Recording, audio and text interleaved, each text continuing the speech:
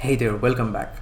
So before we get started with the course content, I wanted to go over the prerequisites. Since this is not a beginner's course for everyone, there are certain skills which you should possess in order to proceed with this course. So here are those.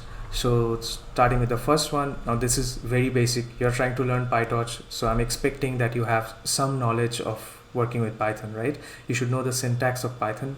And apart from that, if you also know the libraries like NumPy, pandas, and matplotlib, not everything, but if you just have the basic understanding of these libraries, if you have just used it somewhere, then that much information, that much knowledge is sufficient for this course. And secondly, you also need to have some understanding about machine learning and all the terminology which is used. So you need not have total experience of working with scikit-learn, implementing all the different machine learning libraries out there, but you should know what are the different terminologies of machine learning, like what different algorithms that we have, what is pre-processing, what is the training set, the test set, the validation set. You should know about the term called accuracy or precision. So if you know all these things, then this course is going to be really easy for you. And finally, regarding neural networks, you need not know anything.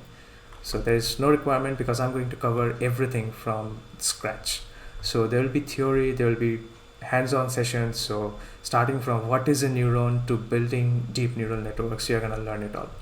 So yeah, that's pretty much it. So if you don't know Python, or if you don't have experience with NumPy, pandas, or matplotlib, or machine learning and all these things, so I would recommend that go through some video tutorials about all of these, and then you can come back to this course. Now at the time when I'm recording this lecture, so there are no such content available on Python or this NumPy stack or ML on this channel.